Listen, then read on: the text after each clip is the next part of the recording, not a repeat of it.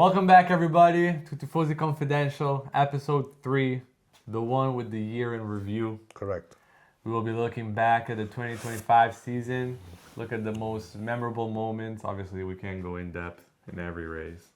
Well, way too many, 24. Way too many, and some of them Boring. way too boring. And we'll go over it, take a look at all the highlights from the seasons, who stood out, who was a bit of disappointment, teams, drivers. Nobody's safe from Luca, so. Not really, but they should not have been disappointing. That's the point. Anyway. Indeed. Let's start over from down under, because the first race this year was in Australia. Back again In Australia. Win for Lando. Starts off the year strong. Oscar makes a huge mistake in the tricky conditions, wet, dry. That cost him a lot of points. Ended up 9th. Max is always there. Started the season with everybody saying it's a done deal. McLaren have the best car and blah, blah, blah.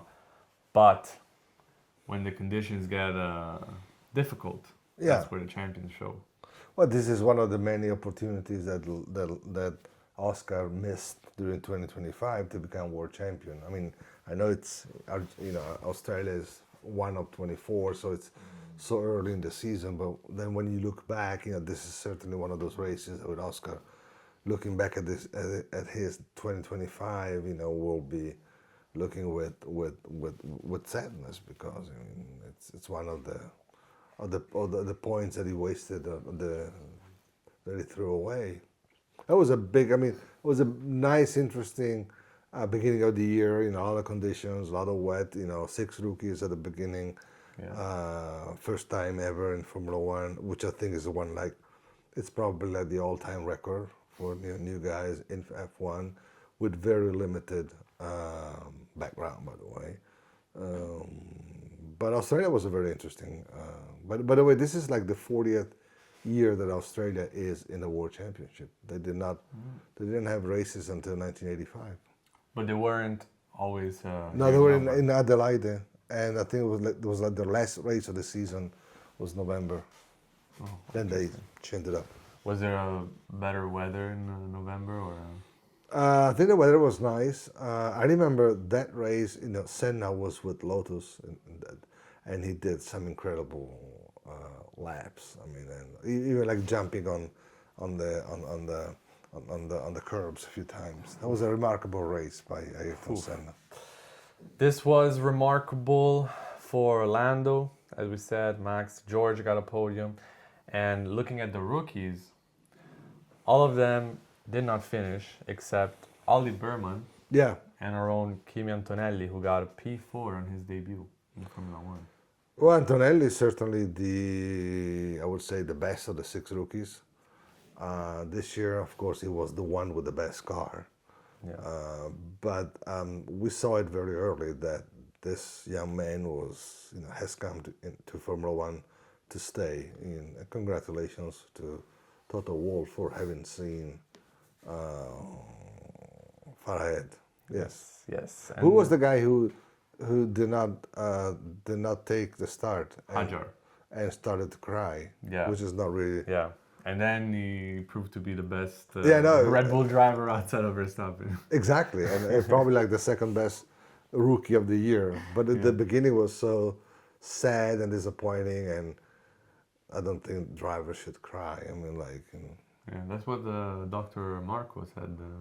Helmut? Yes, he did say that it was a bit. I think he said the word pathetic when he started crying. Well, I kind of agree with that. I don't really see eye to eye with Helmut Marko that often, but I think he was right in this case. Show some guts. It's your debut. The problem, which is a problem with Formula One, with sports in general, and Formula One in particular now, is that you don't have time. Everybody wants you to perform right away, and sometimes it is impossible. Yeah. I mean, it could have been impossible even for Antonelli, maybe, even if he had the best car of all the rookies. But, you need time. You don't need to be burned after just a few races, like it happened to Lawson. I don't want to jump ahead because I know we're going to talk about the rookies, but people need more time, Yeah, generally speaking. I But I think that Helmut was right this time. I agree. Moving on from Australia and staying on that side of the world, we go to China. Oh yes. First sprint weekend of the season, and it actually gave us a lot of hope. It gave Ferrari fans a lot of hope, which did not keep up. It lasted around 24 hours. Yeah, I know. Well, I mean, it was nice to see Lewis win the sprint race, Yeah, and we all thought that this was like a new dawn of Ferrari and whatever that means, instead it was just a one-off. Very good result, very good race, and that was the end of Lewis Hamilton's first season with Ferrari. If you think about it, big disappointment, and yeah, pole position and win in the sprint race, and then in the Grand Prix, double disqualification for Ferrari. oh, that's right, because of the wooden plank underneath the floor, which, by the way, would happen again at the end of the season to make like the ending even more exciting to McLaren. Yeah, that was embarrassing, but this is the kind of things that happen when F1 cutting edge of technology, always at the limit, and sometimes you go above the limit, over the limit, even without wanting. It's people. When something like this happens, when it did happen to Ferrari early in the season, when it did happen to McLaren late in the season, people start writing stories and backstories and theories and whatever. The real thing is you're always trying to be at the limit, and sometimes you just go over it without even realizing it until it's too late. So First, McLaren 1-2. We'll see a few of them during the season. Oscar taking the win this time around, and Russell completing the podium. yeah, George has had a very solid season. Probably disappointing if you think about it, because I'm sure Norris and Russell came to F1 basically together, and one is today world champion, and the other one is still there, trying to make his presence significant.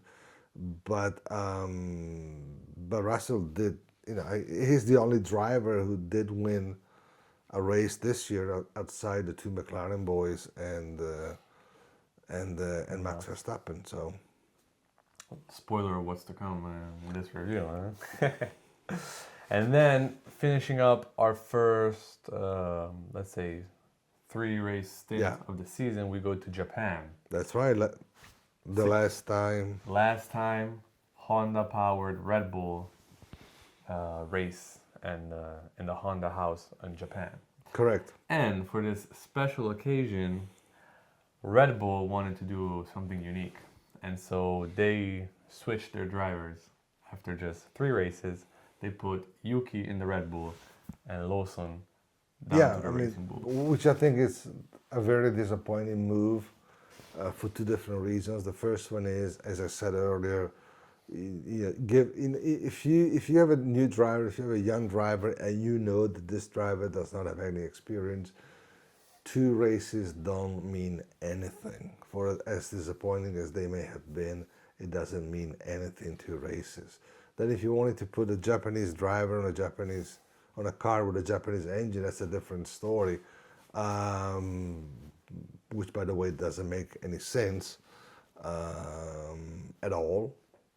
But what I think what happened was they basically burned one driver with great potential, okay, which we didn't see in the first 2 races out of 24, okay, of the 2025 season, to be replaced by a driver with far more experience, who was probably the greatest disappointment of the season, along with Lewis, for different reasons. But Tsunoda, did not really help Red Bull or even Max at all, with very rare exceptions.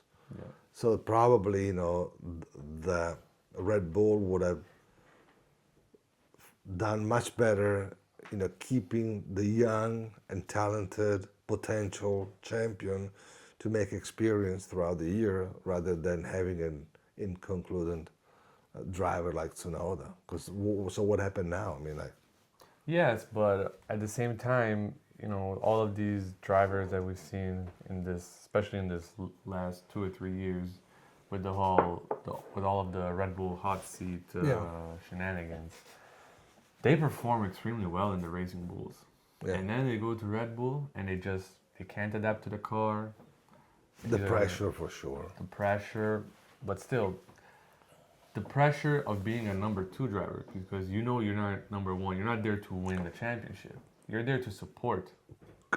To support somebody who's very difficult to support. Because somebody like Max Verstappen, he owns basically the team, which by the way goes far beyond the sports or the agonistic side. If you think, how influential allegedly Max and his father were in ousting Chris Horner first, and then Helmut Marko just last week. So what I'm saying is, it's difficult to go to a team where there's a crown prince, there's a king there, and also the pressure, because when you are there, there is in a world that doesn't have time to wait. That's even worse when you move up to a spot like the number 2 seat at Red Bull. Yeah. But they basically burn a very good driver. Yeah. This was the first driver change during the season, not even mid-season, at the beginning of the season. But we'll have another one coming up later on. And then as we move forward, race 4 and 5, back-to-back, Bahrain and Saudi Arabia. This is where Oscar basically built his early lead, changing, Exactly. switching cards around at McLaren, and probably pushing Lando to the edge of a nervous in sports terms, nervous breakdown. Exactly. Because, Oscar was magnificent in the first part of the season, the way he basically took, his own destiny in his hands and prevailed over his teammate. Yeah. Oscar got 2 wins. Lando did a P3 and P4. Max didn't really have a good Bahrain Grand Prix. He ended up 6th, and then salvaged back some points with a P2. Yeah, Red Bull had That's how you many rate it. ups and downs.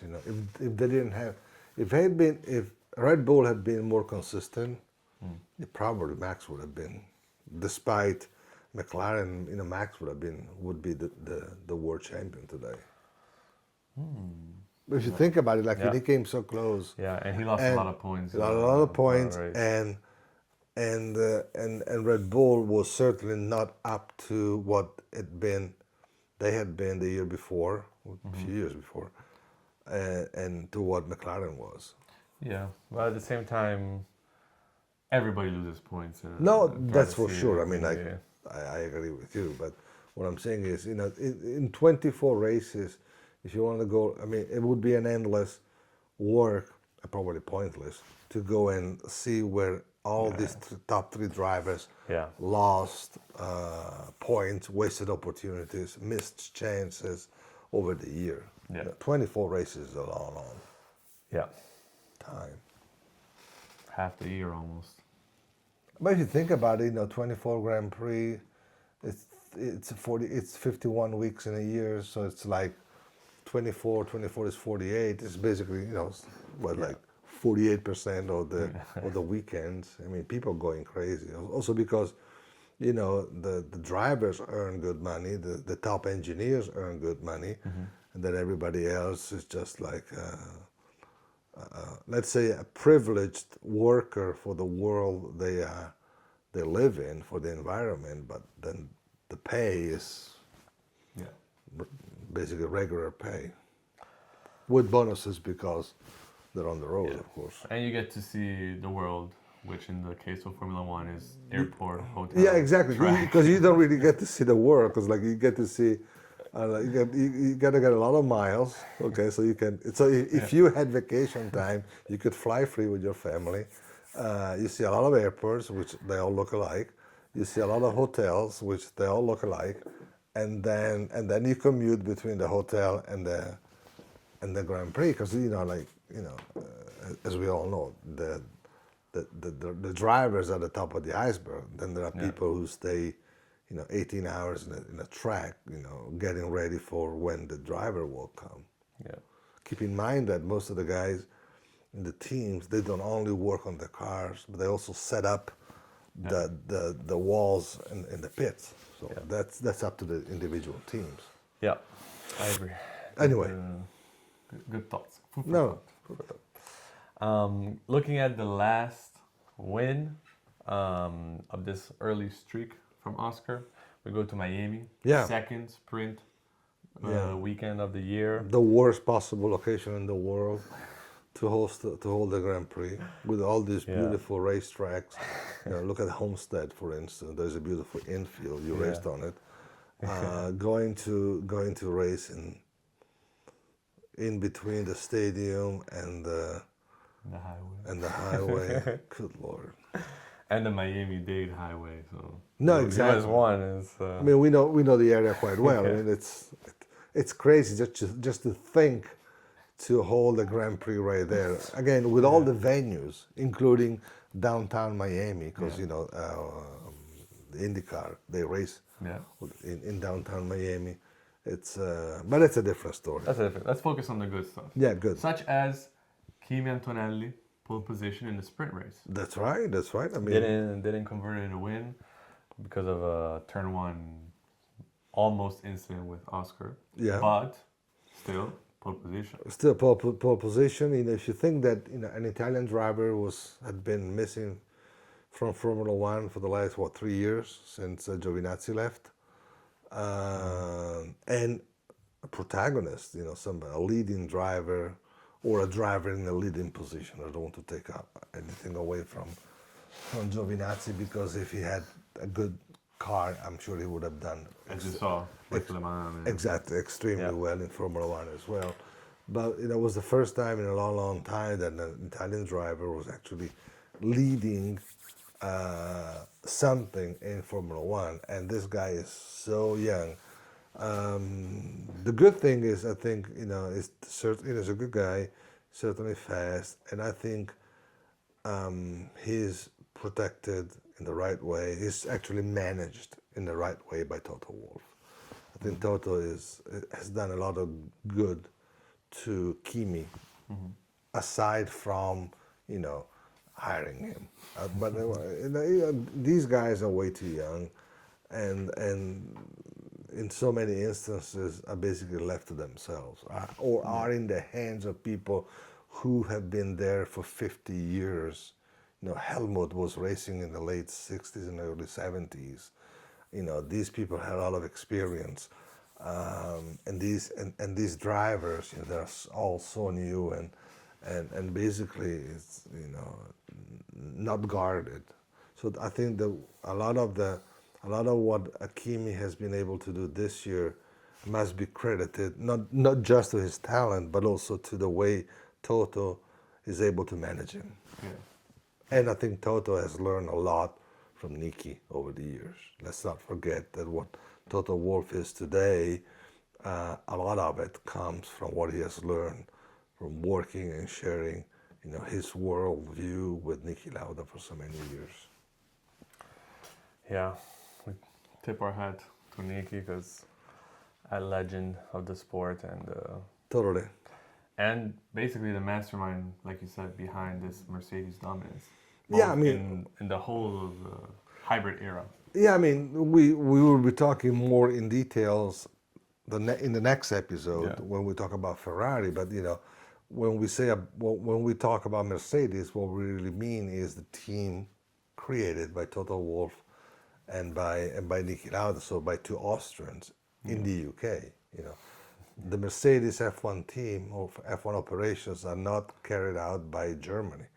In Germany, they are carried out in England, and this is an independent team that has been doing a spectacular job for the last 15 years, 20 years, or whatever. Yeah. But I think that Toto, who undoubtedly has a lot of good genes or whatever, has learned specifically about Formula One and managing drivers by Niki. Remember when Niki was talking about talking to Nico and Lewis in 2016? Yeah.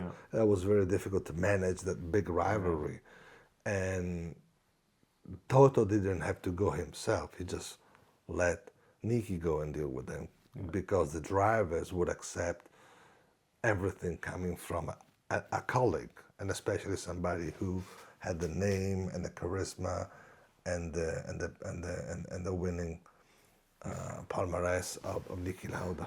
Yeah, exactly. But But going back to my but congratulations to Kimi Antonelli. Also because the pressure for Kimi was really high for a number of reasons. Is also because in Italy, Italian drivers have always come second to Ferrari, basically.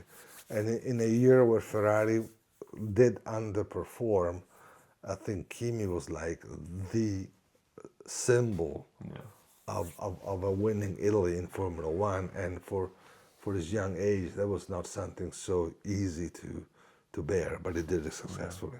he was the metaphorical light at the end of the very dark tunnel for us Italians this year. Yeah, correct. I mean, Motorsports. it's In Formula One, because in other categories we did win a lot, but in Formula One definitely like Kimi was- volleyball, no, like men and females. like a whack. Ah, no, that's yeah, no, of course. Doesn't Kimi get more No, sports? we should do that too. We should have the one about the WEC. Yeah. Oh yeah. We should do that. We could. We'll We do could. that. So back to Miami. Oscar P1, Lando P2. Max misses out on the podium second time this year, and nothing much really of notice throughout the race. Jack Doohan from Alpine kept racking up DNFs, 0 points. Yeah, but that's another sad story, or another story where the driver was not allowed time to adjust and adapt. Exactly. Which is crazy if you think about it. Like, again, many have said that the problem with Lewis this year was adapting to the new car. Okay, and of course Ferrari, rightly so, waited for a 7-time world champion. But if we believe the story that it was the lack of performances of Lewis this year was due to the difficult adaptation to the car of a 7-time world champion, a man 40 years old with 15 years of experience in Formula One, or 2007, that's 18 years. Okay, why don't we give time to 18-year-old people? Yeah. Coming for the first time to Formula One. This is like this different speed and different treatment. I don't think it's fair. Yeah, because exactly to your point.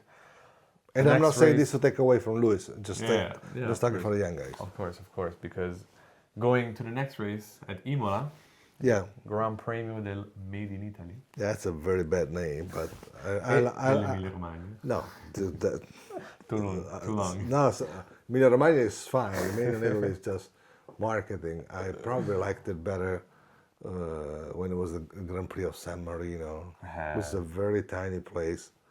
There should be Grand Prix of Emilia Romagna and San Marino. Anyway, no, the bad thing is this is the last time that they raced in Imola, if I'm not wrong, for the first number of years. And it's a shame that F1 goes to awful tracks like Miami, Riyadh, Las Vegas, and they don't race at Imola any longer. But that's a different story. But Once you more. might have a surprise next year if Madrid is not completed. If the new track is not Well, I completed. hope so, because there's a good thing about Imola, about the people managing Imola. Giancarlo Minardi, first place, Pietro Benvenuti, who's the director of the track, and Elena Penati, she's the politician who basically worked behind the scene in 2020 to bring Imola back, and the passion, as I said before, I don't like the name Made in Italy, which is obviously commercial, and I understand that, of course. But I think it's a great tribute Yeah.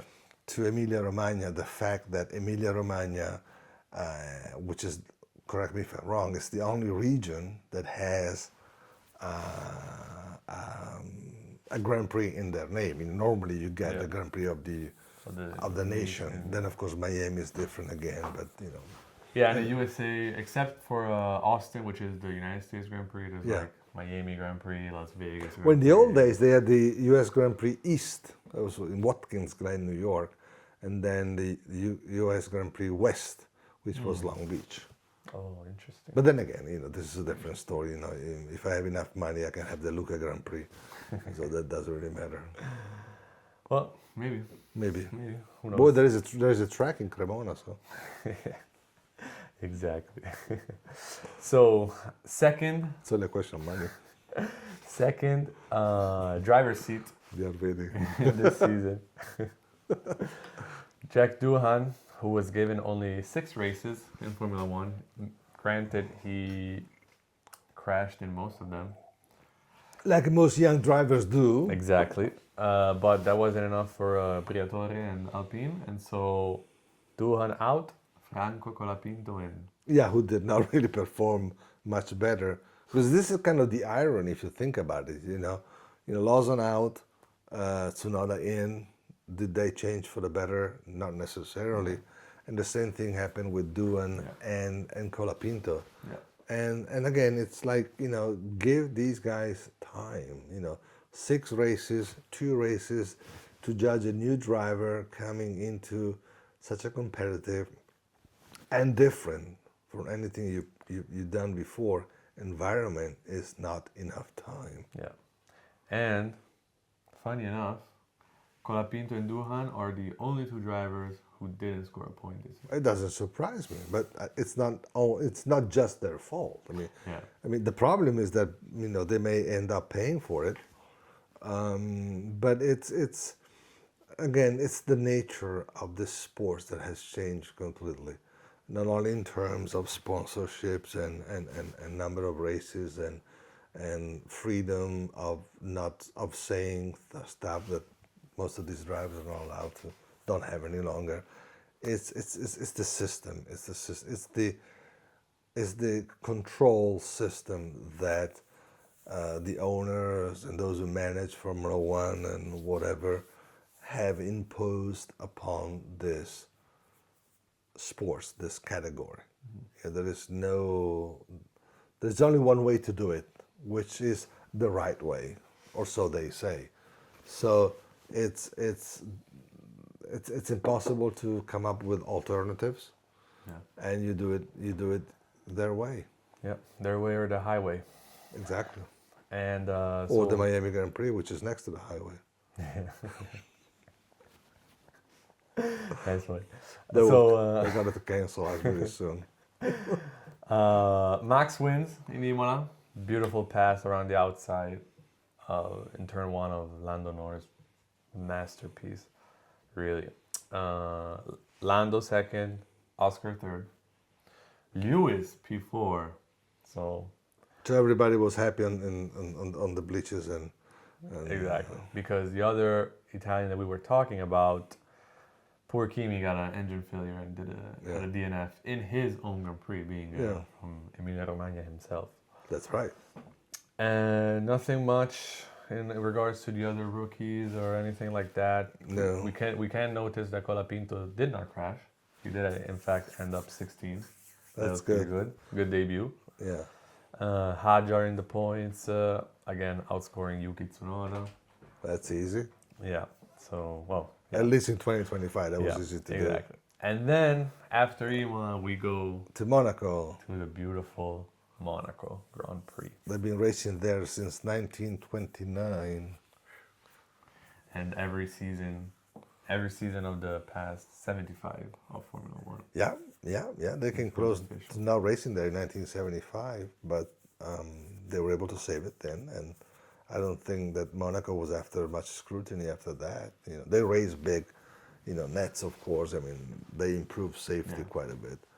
It's still one of the most fascinating uh, venues for Formula One, by sure. You know, you can go. I mean, Vegas is so beautiful, all these lights, and of course, so we don't miss them. They race at night at these improbable times. But Monaco, you know, without having to do this at night, it's just springtime on the Mediterranean coast, and it's really beautiful. And it's still very demanding, and just like in the old days, everybody wants to win at Monaco at least once in their career. Exactly, and this year is a first win for Lando Norris. Obviously, when in Monaco, you gotta get the pole position to Yeah, then of win. course. Not a lot of overtaking. Charles, after winning last year, got a P2. Very good. And Oscar did a bit of damage limitations with a P3 and Yeah. Max P4. So obviously Monaco stands out simply because while it, like you said, it is a bit boring, but the beauty of it, there are no Yeah, I mean, like, overtakes, you know, but the beauty the of problem it with is Formula it's One always today is that there are no overtakes anyway. there. Yeah.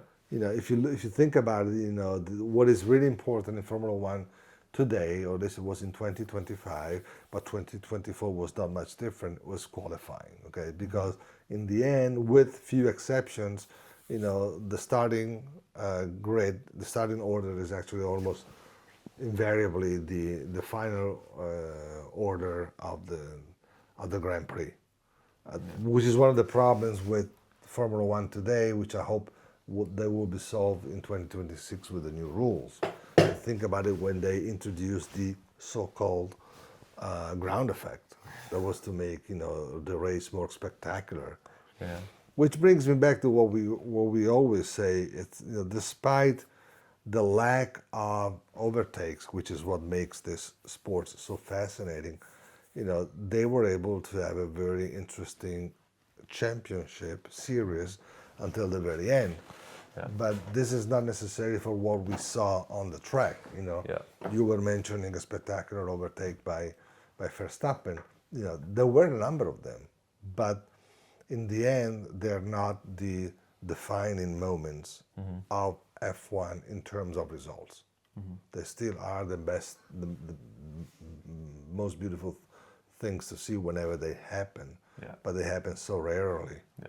that you almost don't notice. Yeah, because when looking at this season, 16 out of the 24 races were won from pole.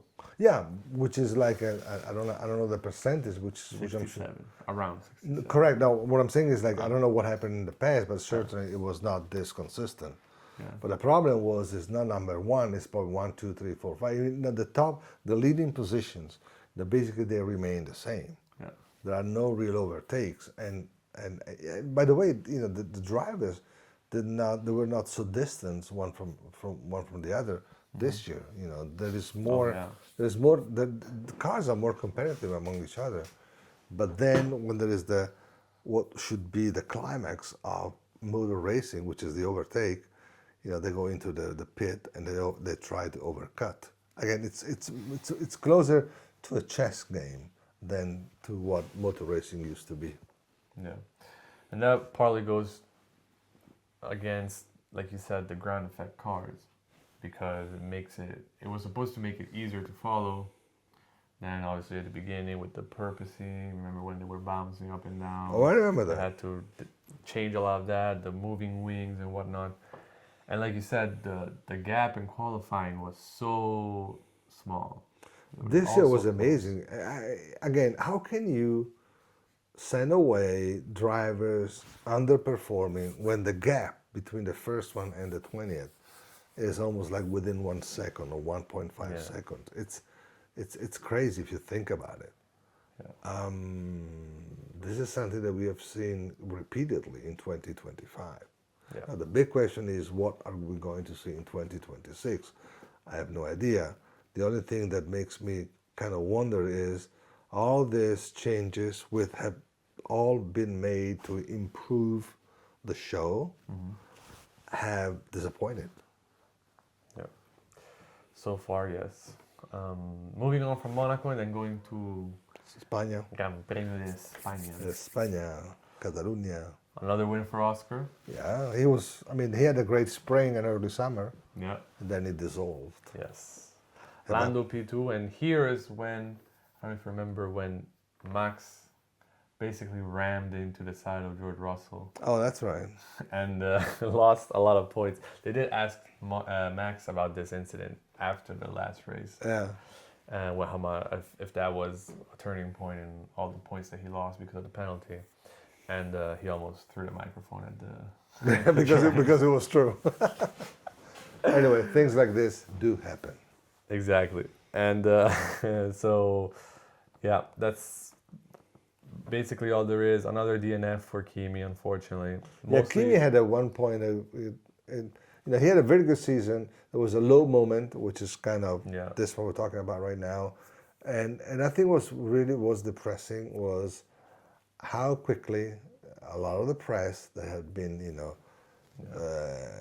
talking extremely well about him, they went after him so quickly. Only, of course, to be proven wrong. And congrats once again to Toto Wolff for not giving in. Other drivers, other teams could have removed him.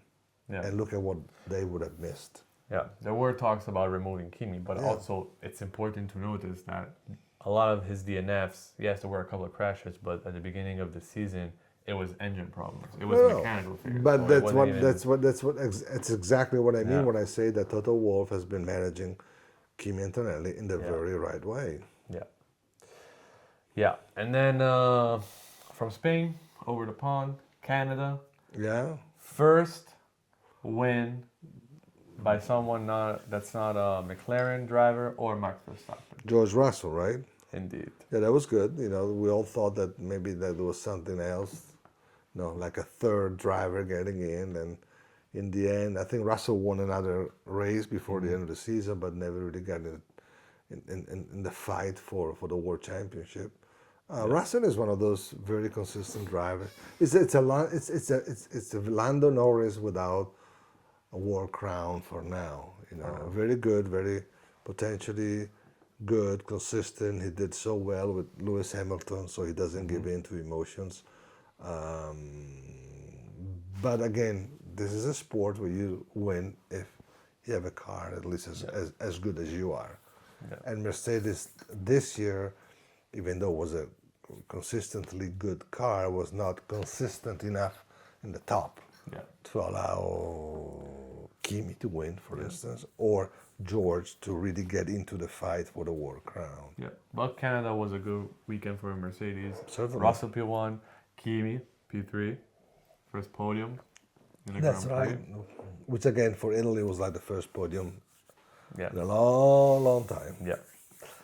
Yeah, it was nice seeing the tricolore. Oh, that's right. Because even when Ferrari wins, you never see the Italian flag. No, because we don't have, Ferrari doesn't have Italian drivers, right? Not yet. And critical moment also for a championship. Yeah. Oscar and Lando collided.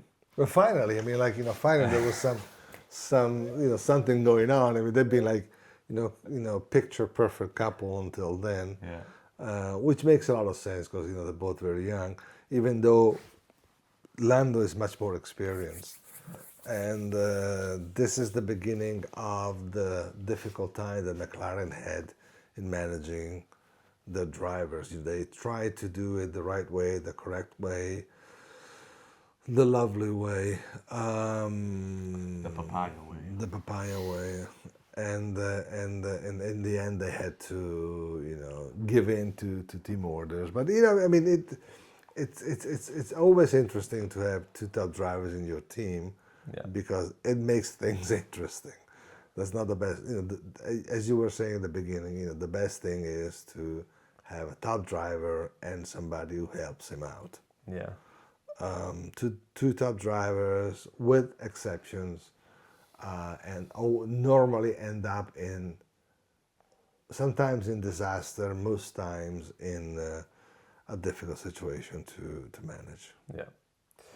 Yeah, but at the end they came out with the championship. So no, I mean in the end they're right, it but worked. Look if they almost missed. Yeah. and that would have been laughable. Yeah. Pretty much. Think about that. Borderline iconic. I mean, what I'm saying is, Moment. we're looking at the sports side of the whole thing, but this is a business. Yeah. If you control the season, you won the manufacturer championship so early, and then with two drivers, you end up losing to a third one outside your lineup, the world championship. That's a poor performance in terms of a company. I'll tell you that. Yeah. Yeah. But in the early part of the season, they did extremely well. Going to Austria, another one too for McLaren. Yeah. This time Lando wins, so eats away at Oscar's lead just a tiny bit. Charles P3, Yeah. bit of light for Ferrari as Well, well. Charles had what, seven podiums. I think third place finishing and two second place finishing. And this is one of Austrian Grand Prix. There's always a lot of Italian fans, so everybody was happy. Despite the orange Yeah. crowd and cloud, Zeltweg. Nobody calls it Zeltweg anymore, but it's so close to Italy that it's historically it's one of those tracks with Italian fans go. Yeah. And another important race for the championship because Kimi crashed into Max. Yeah, Effectively, complete DNF for Max. Although he didn't qualify that well, so he wasn't really in the battle for a win, let's say, but Yeah, still still, valuable points. again, when you look at by how few points he lost the world championship, this is certainly one of the factors that influence that result. Yeah. And with Kimi and Max out of the picture, you might be happy to hear that it was Lawson, the top Red Bull driver in P6. Yeah, I'm And, sure he's gonna happy to hear that. And you know where Yuki was? Last one. 16. Yeah. 2 laps behind. 2 laps down. Well, that's picture of his season, unfortunately for him. Yeah. And then the British Grand Prix, we go to Silverstone. Another McLaren won too, but that wasn't the talk of the paddock. It wasn't Lando's first victory at Silverstone. It wasn't Oscar who was there in the fight, kept building his lead against Verstappen. It was McLaren just running away with both titles. It was Nico Hülkenberg. So that's why his first podium ever. First podium after like 250 races. This is an interesting story because Hülkenberg. Why in the world are you still racing, Nico, if you've been finishing only once on the podium in 250 Grand Prix? But this is a great story because if you think about it, it pays off. The problem again in this sports, you don't, you always need a car, and if the car does not perform, it doesn't really matter how good you are. Again, we're talking probably the best driver of this generation, who's Max Verstappen, who did not win the championship this year because his car was not as good as McLaren. Mm-hmm. So it's kind of rewarding that finally Nico Hülkenberg got this podium, third finishing, and which is good. And if you have to get just one podium in your life, I think Silverstone is a great place to do it. Exactly. Podium for Hülkenberg and podium for Sauber. Sauber, which, as we know, this was Peter Sauber's or the Sauber's team's last season. I think they started in 1993. They've always been there, very consistent. The backpack of the lineup. They only had one win. I think 2008, 9, whatever, with Kubica. Yeah. When they were with, there was a big synergy in that moment with BMW, of course. But they've always been, very solid, very. Admired, but also by their peers team, and it's sad to see them go. It's part of the. I mean, it's when, this reminds me a lot of Ligier. When the owner becomes old and wants to retire, it's inevitable that they leave. The good thing is that Audi is coming in, So basically, buying off all the stuff and the experience, the knowledge, the know-how of Sauber, and it's gonna be interesting to see what Audi will do next year, and I'm very intrigued to see what color they will have the livery. The I'm guessing some gray, yeah, red, silver along those lines. was the silver. Silvers. The Yeah. silver arrows, was not only Mercedes, was Mercedes and Auto Uno in 1930s. So I'm going to see. It's going to be interesting to see this. Yeah, and that's for next year, and they're also going to be developing their own engine. So Which is also very interesting. Let's not forget that Audi was racing a 16-cylinder engine in the mid 1930s. Yeah. So they always had the capability to do great stuff, technically speaking. yeah, they won't be using that engine next year though. I'm for sure sure. they're probably too heavy. Too heavy, and think about the pollution as well. Well, in the How old days, sustainable in the F1. old days, they would put a limit to the maximum of a car could weight, because the more heavy, the heavier the car, the more power you could have. So instead of limiting, trying to be as light as possible. light as possible, they tried to put a limit on how heavy you could be in those days. Just to think how much motor racing has changed. Anyway, I know a lot of people love hearing us talk about F1, but we don't want to make it too long for the audience.